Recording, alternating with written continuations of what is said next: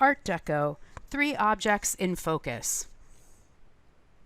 Silvered bronze was often used for household objects during the 1920s and 30s to create an impression of luxury and sophistication that was particular to Art Deco. Throughout the 1920s and 30s, the Art Deco style flourished. The movement drew on tradition while also celebrating the modern world. Cheret, who was fascinated with ancient Egyptian art, produced this silver table clock in the shape of Cleopatra's wig. A fascination with Egypt became fashionable after Howard Carter discovered Tutankhamun's tomb in 1922. The decadent style of the clock reflects Art Deco's expression of glamour and exoticism, which modernism avoided, whereas the stylized numbers and geometric face demonstrates directness and simplicity. René Lalique's sculpture nearly shouts Art Deco. Spanning many media and even functions, the Art Deco style was stamped on everything from luxury ocean liners and racing cars to toasters and toilets. This piece stands on its own as a sculpture, but it doubles as the added elegant touch to the automobile for which it was designed to grace the hood.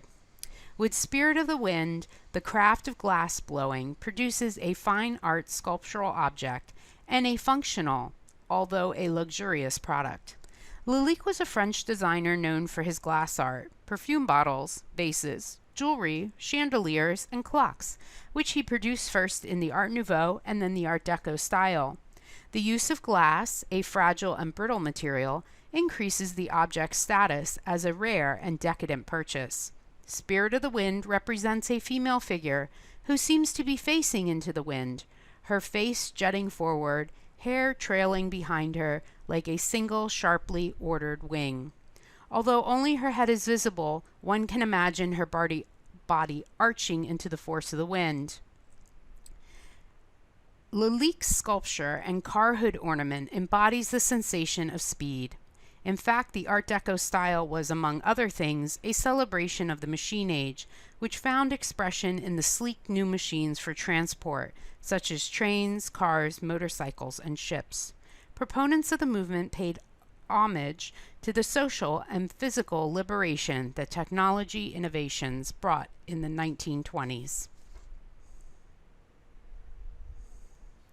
This Art Deco icon of the New York skyline was designed by William Van Allen, a French-trained American architect previously known for designing several eye-catching skyscrapers in Midtown Manhattan.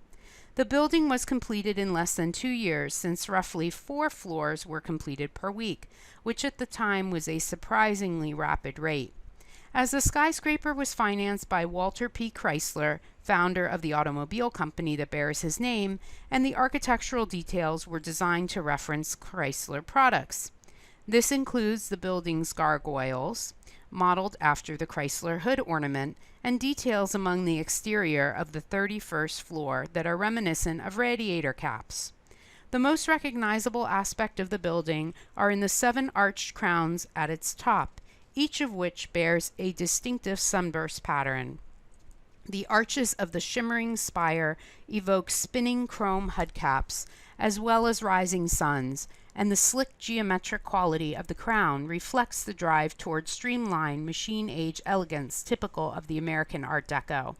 Many of the iconic buildings in New York City were built at the height of the Art Deco movement.